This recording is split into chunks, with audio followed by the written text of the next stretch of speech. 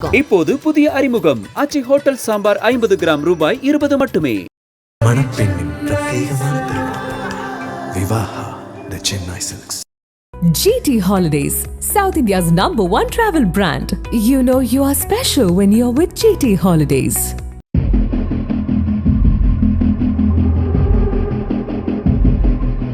மகாராஷ்டிர மாநிலத்தின் துணை முதலமைச்சராக பதவி வகித்த அஜித் பவார் ஜனவரி 28 அன்று ஏற்பட்ட விமான விபத்தில் உயிரிழந்தார். இந்த சம்பவம் மாநில அரசியலில் பெரும் அதிர்ச்சியையும் துக்கத்தையும் ஏற்படுத்தியது.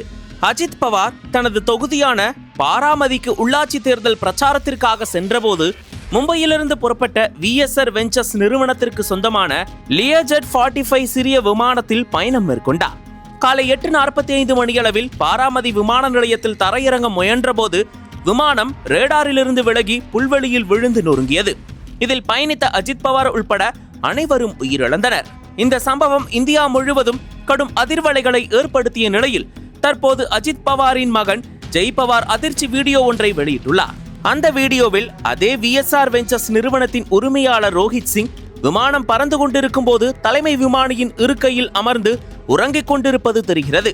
வீடியோவில் ஒரு சீருடை அணிந்த விமானி வலது இருக்கையில் விமானத்தை இயக்குவதும் ரோஹித் சிங் சாதாரண உடையில் தூங்குவதும் பதிவாகியுள்ளது. இது குறித்து பதிவிட்டுள்ள அவர், எங்கள் தந்தையை இழந்துள்ளோம். இந்த வழி எங்கள் வாழ்நாள் முழுவதும் நீங்காது. இன்னும் அதிலிருந்து மீள முடியாத நிலையில் உள்ளோம். ஆனால் இந்த வீடியோவை பாருங்கள். VSR வெஞ்சர்ஸ் உரிமையாளர் ரோஹித் சிங் விமானம் பறக்கும் போது தலைமை இருக்கையில் தூங்குகிறார். இது போன்ற அலட்சியம் ஏற்றுக்கொள்ள முடியாதது.